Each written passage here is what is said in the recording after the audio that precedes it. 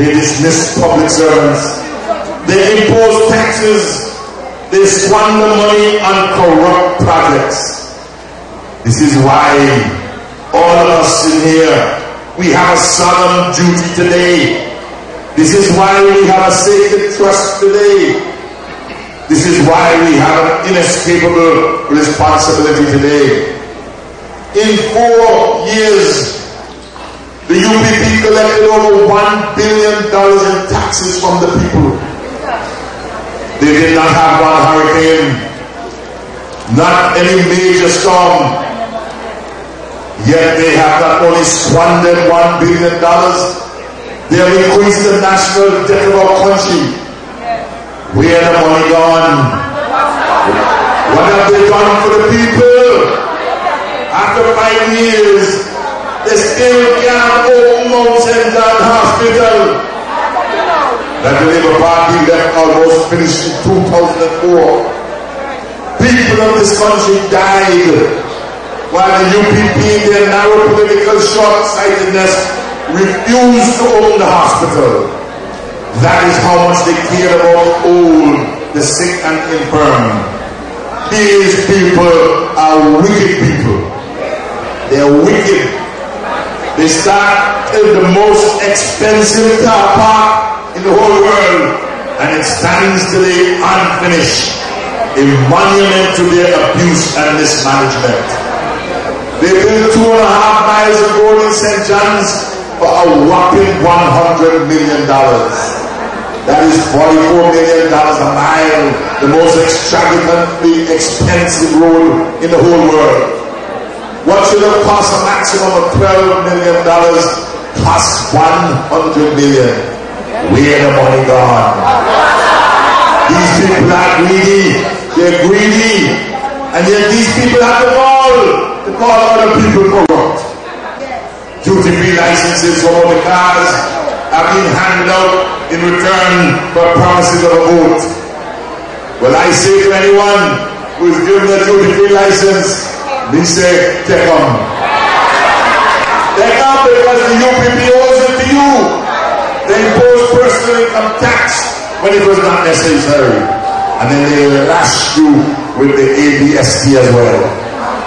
You should regard their duty-free license as a refund of the tax that they make you overpay.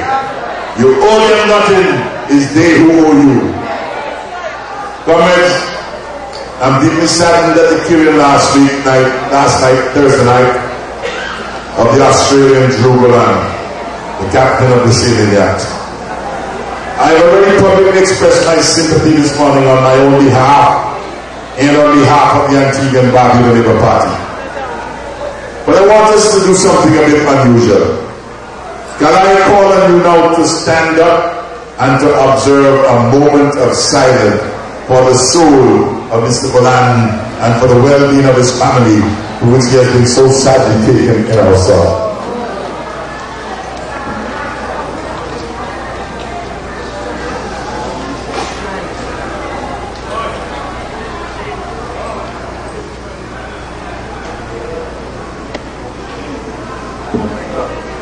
My watch is fast too, so I will see.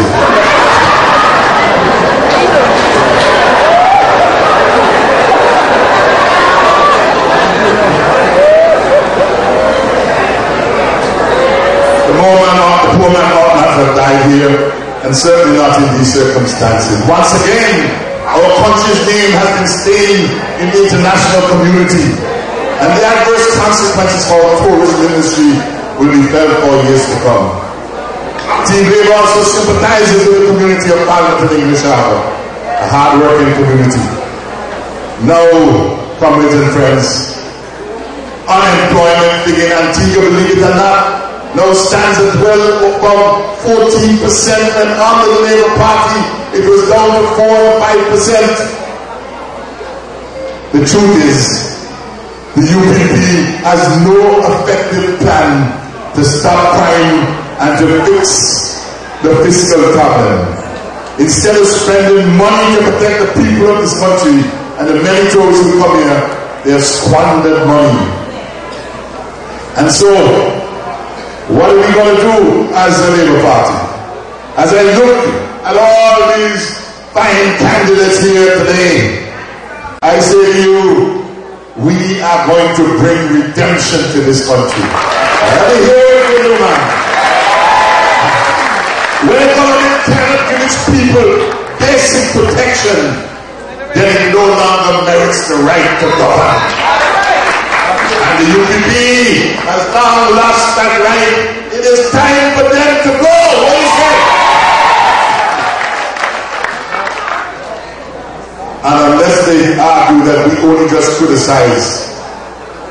Do you remember about a month or so ago, we published a blueprint for fighting crime in the papers?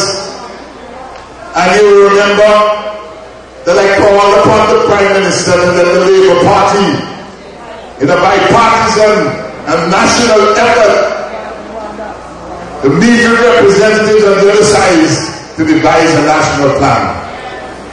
And what the Baldwin Spencer did, he poured scorn on the Antigua Labour Party. The facts speak for themselves. 35 murders in 24 months, 80 rapes, more than 100 shootings. But I say to you, today is a renaissance, a new beginning. We are going to rise like a phoenix from the ashes, as Congressman Martin Joseph said. The Labour Party's passion that is shown in all these meetings that we're having up in rural East, it's the best political meeting that Lester Bird has ever had in rural East. And the only way we're going to consummate this deal is on election day. We make sure it's Labour, Labour, Labour. So he said to confront him, tell them to confront you. I am not suggesting that you get into any fight with them, but I want them to go. We got to stand up to them tricksters, them liars, and them scamps. Let us stand up against their incompetence and arrogance. Let us endorse our candidates and join the fight with the strength of God in our hands, the welfare of our people in our hearts. The soul of the nation shall be returned to the Labour Party, where B.C. Burrell and all those before ensured that this Labour Party stands firm. This rot began to happen years ago, and I want to tell you, one of the most hurtful moments in my political life is when my brother Bird Jr. was shot in his mouth, and because of tribal politics, Boston was allowed to go free. You think that would have happened in any other Caribbean country? But Bird recovered. And he's got the legacy to Eustace equally. And I want to say to all my colleagues, all my comrades in arms, I will do my best to make sure that whatever I can contribute will redound to the benefit of each and every one of you and to the Antigua Labour Party. Because we have to conjoin together. We have to run together. There is no division in this organization. We want to make sure that we have mutual respect for each other. And those people out there cannot be fooled. They will know whether we are being hypocritical or not. And we have to go and demonstrate to them that we are prepared to give all. It's not just about the question of getting a job later on. It is a commitment to excellence, a commitment to the soul of the nation. You are serving. I served 33 years. You can serve more than that. Because it is in serving that we will get redemption. And I say to each and every one of my colleagues, I am proud to be your leader for this twilight time. Because the reality is, I have to make sure that I leave a legacy of which you, myself, my family, and all of my friends can be proud. Hail to the Antigua!